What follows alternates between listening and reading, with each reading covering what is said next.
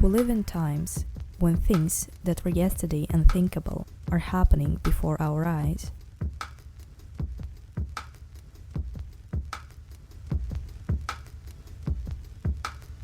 We live in times when institutions, such as governments, made to grant us the certainty of tomorrow, cannot promise anything anymore.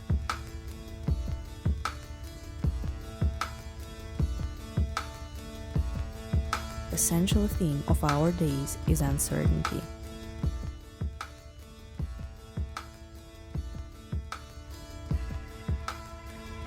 With most social institutions unable to fulfill their purpose, many people turn to their friends and families for support.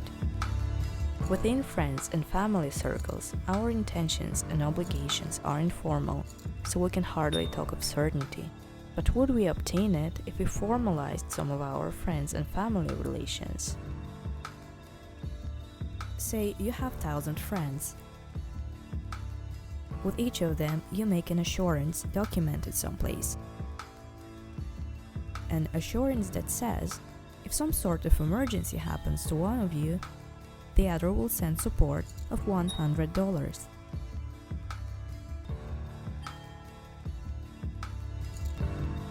You don't pay anything until an emergency happens, but your intention to do so is fixated. Some communities have been fixating intentions in books, but today we can develop more efficient instruments, such as computer programs.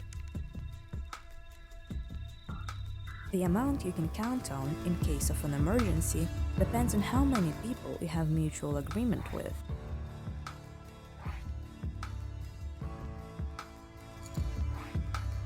So, with a fixed intention of $100 between you and your 1,000 friends, the amount you can count on in case of an emergency is $100,000.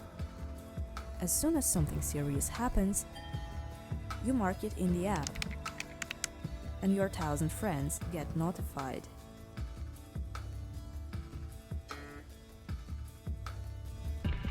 Now, they can translate their intention to obligation and send you the money any legal way outside the app.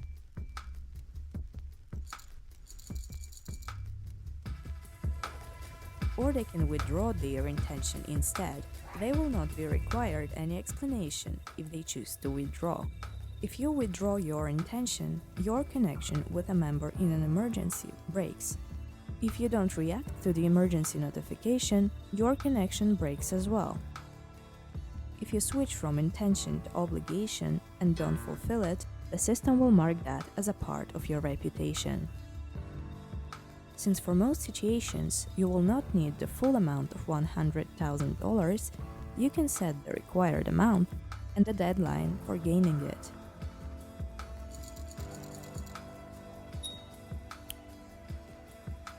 Such a model has been successfully used by some communities for centuries now, such as Syrian Jews in New York, labor unions with their mutual aid banks, communities with traditions of Talkut in Scandinavia and Baltics, MOBA on Balkans, Maidel in Ireland, Bayanian in Asia, and many more. However, to experience all its functions, we would need our 1,000 friends, or bigger community, while most of us have approximately 150 stable bonds. To overcome the limits of our friend circle, we can turn to the current situation. Currently, we can see an increasing number of people requiring support to meet their basic needs. Most of us will be in a position of either a supporter or a recipient, since the following crisis will affect, if not you directly, then someone in your friend circle. Now, being a recipient means you require regular monthly assistance to fulfill your basic needs.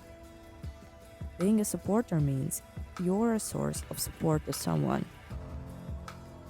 Formalizing those relations inside the program would help us use them to extend our mutual commitment circles and achieve stability the following way.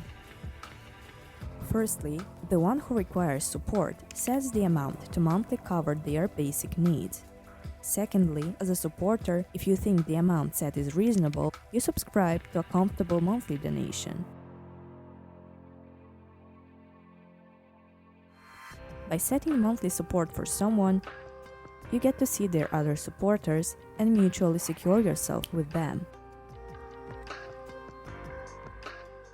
The more people you secure yourself with, the bigger the amount you can count on in case of an emergency. So, by supporting more people, helping them fulfill their basic needs, you gain an opportunity to expand your mutual commitment circle. In such a system, every supporter would want to break the comfortable donation amount onto more recipients.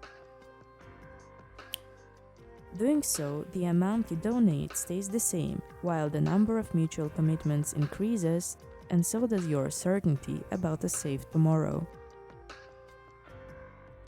As a recipient, you don't lose in the amount.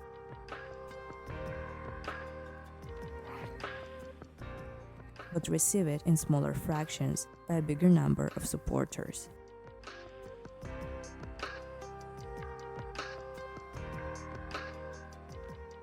That makes you less dependent on few supporters and provides more stability.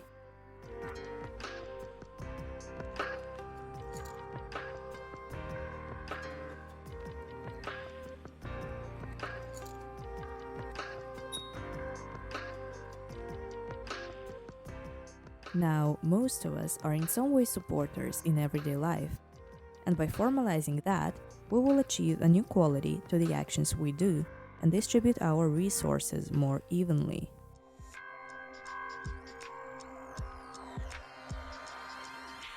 If giving wasn't typical for you, then you could view it as an alternative to the classic insurance, where you would similarly be paying a company on a regular basis. The difference is, instead of giving money to the abstract institution of an insurance company, you provide it to the real people, whom you do or do not know. While you gain insurance through mutual commitments with other supporters, you help people of creative professions, the elderly, those affected by crisis, to fulfill their basic needs. Such an approach would give everybody involved certainty about tomorrow and form trust networks, an environment for direct exchange of goods, services, and commitments. That would not only bring a new economy, but also change the nature of our need for many social institutions and allocate the resources we now give to sustain them. That will work under the condition of a system being decentralized and belonging to everyone, interest-free and transparent. To formalize existing relations, give them the new quality, and widen our networks for a new social structure, we need two things: understanding of the concepts among people, hopefully gained by this video, and software to keep the accounts and automatically connect people. We've already started working on both things, and we invite everyone interested to join us or start working on the concept independently. For we truly live in unique times. Times when as a society we've grown to opportunities seen never before